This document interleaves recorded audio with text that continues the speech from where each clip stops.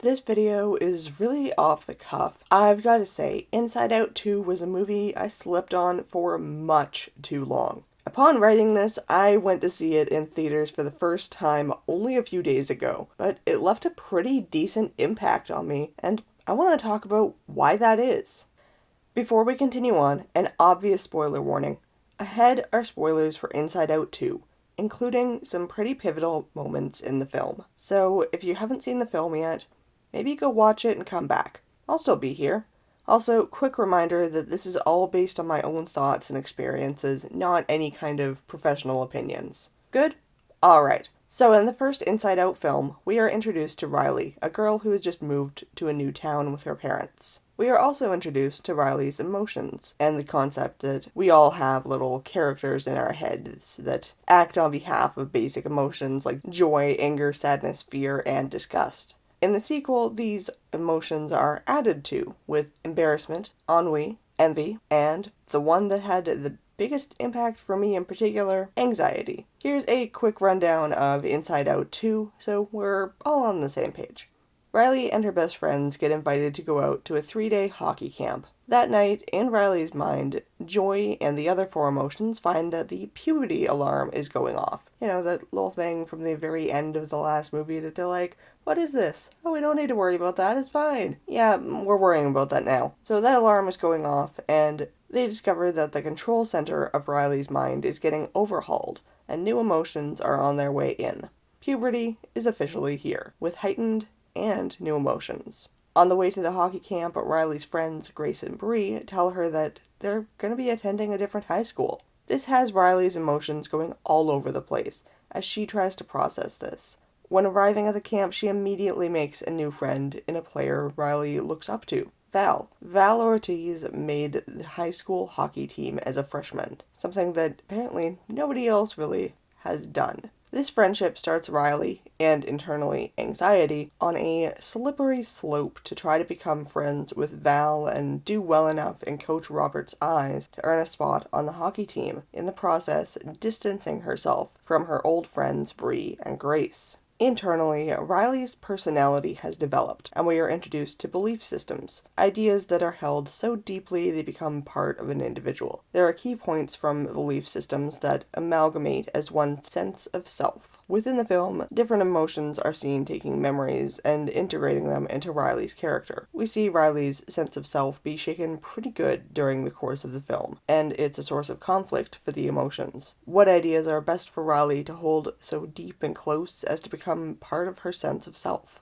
Anxiety is a pretty driving force behind Inside Out 2. She is a frazzled orange ball of energy. This is obviously reflected in her design and character. As someone with anxiety themselves, Pixar did a pretty solid job with this design and the design for every other character in the film, both inside and outside of the mind. While anxiety is the antagonist for the film, I think she's a pretty gray antagonist, doing everything for Riley's benefit, just like joy and all the other emotions. I think even joy can get behind some of the actions in the beginning, at least in theory. After all, every one of Riley's emotions is there to protect and help Riley. Anxiety goes about protecting Riley in a way that's really harmful, taking over the control center and creating a whole new sense of self for Riley when Riley is away at hockey camp. This is really cool as it shows through the real world as Riley changing herself, trying to fit in with a new group of people, even if that hurts the people she's already close with in real life. Riley's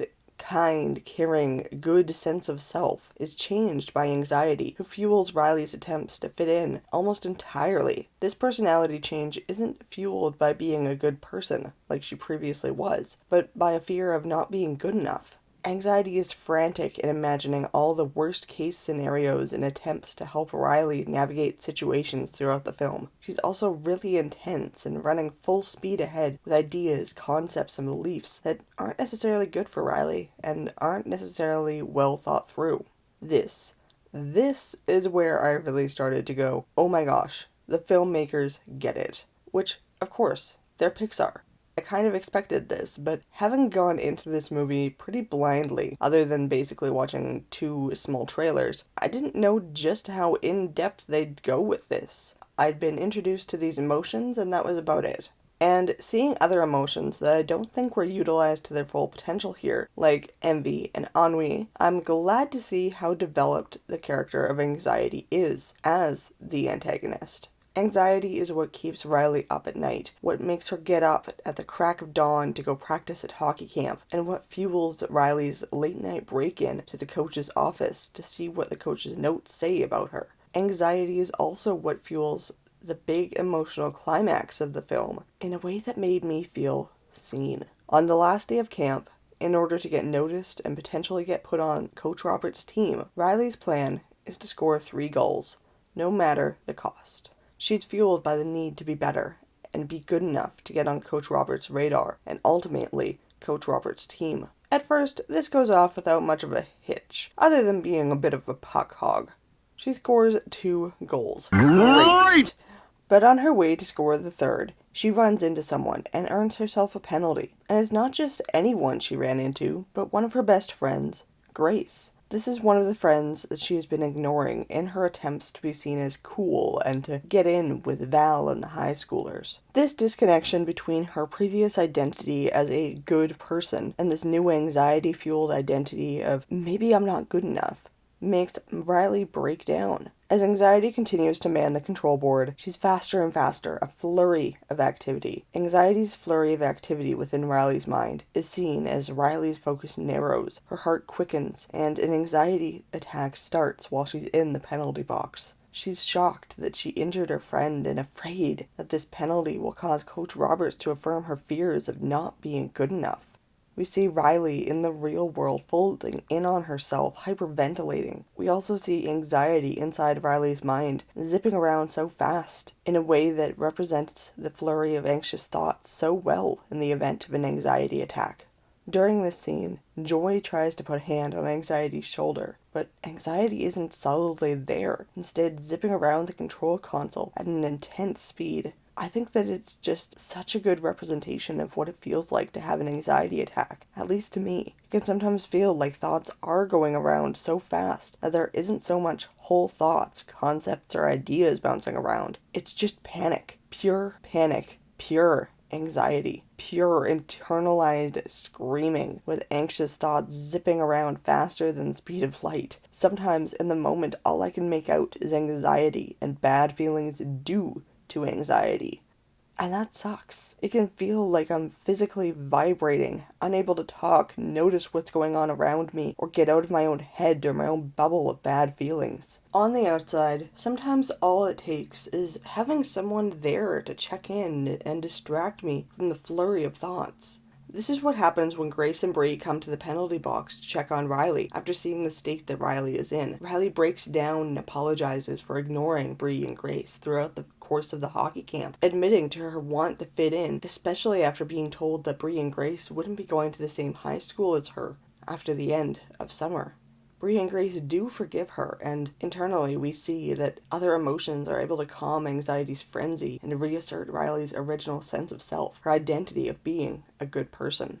Riley is even able to enjoy getting out of the penalty box and skating back onto the ice, knowing Grace is okay after that run-in, and that her friendship with Bree and Grace is still going strong. But honestly, during that anxiety attack scene, where everything is just such a flurry of nervousness and uncertainty, the Pixar team freaking nailed that, in my opinion. This sequel has nailed the emotional impact of the climax in the exact same manner they did with the original Inside Out, with Bing Bong and with just that break from after running away. Based on how well Inside Out 2 has been doing in theaters, I think I'm far from the only one to hold this opinion of how good Inside Out 2 is. In the month since it first came out in theaters, it has grossed over $1 billion.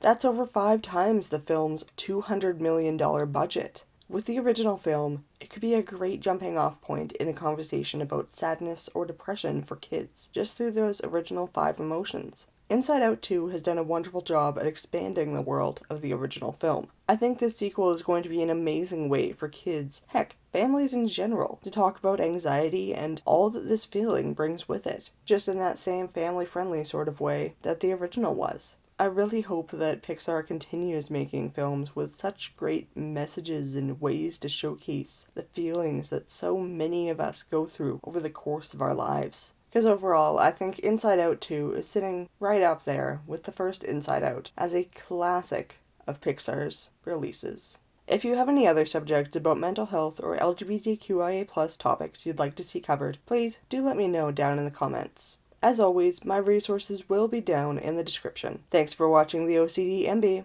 Stay safe out there.